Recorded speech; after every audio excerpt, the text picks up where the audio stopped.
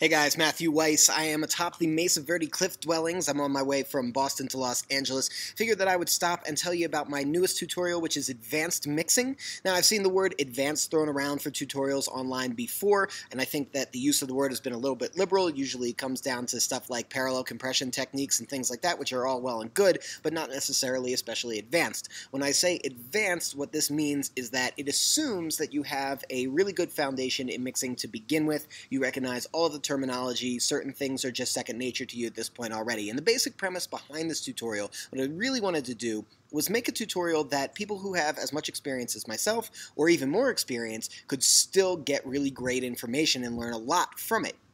So what are the advanced things that I'm teaching? Well, a lot of it is nuanced decision making, because really a lot of the mixing process is not anything that's all that technically challenging. It's really just boiling down to really solid decision making. So I'm framing a lot of the nuanced decision making, why we might use one technique versus another technique, how those things relate to the ultimate goal of the song, how those things relate to the cultural context of the genre. That's throughout the whole tutorial.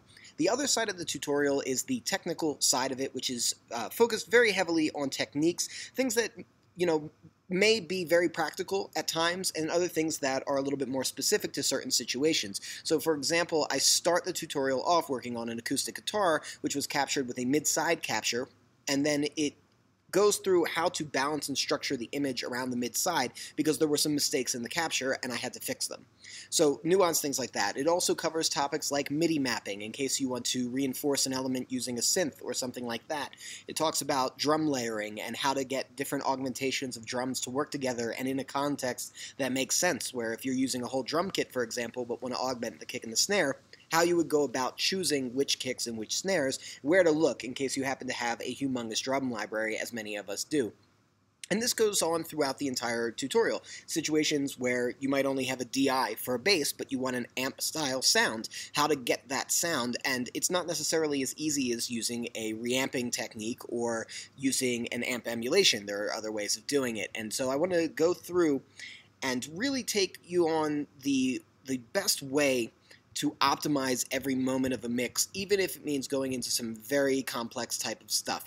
So it's a really great tutorial. I'm really excited about it. It's one where I feel like, whether you have 3 years of experience, 4 years of experience, or 30 years of experience, you're going to get a ton of information, and I think it's going to be something that you can keep coming back to and referring back to as you continue to mix records and finding new stuff to dig out of it. The tutorial can be found at advancedmixing.com, and of course if you want free articles and tutorials and content, you can find that at theproaudiofiles.com. Alright guys, till next time.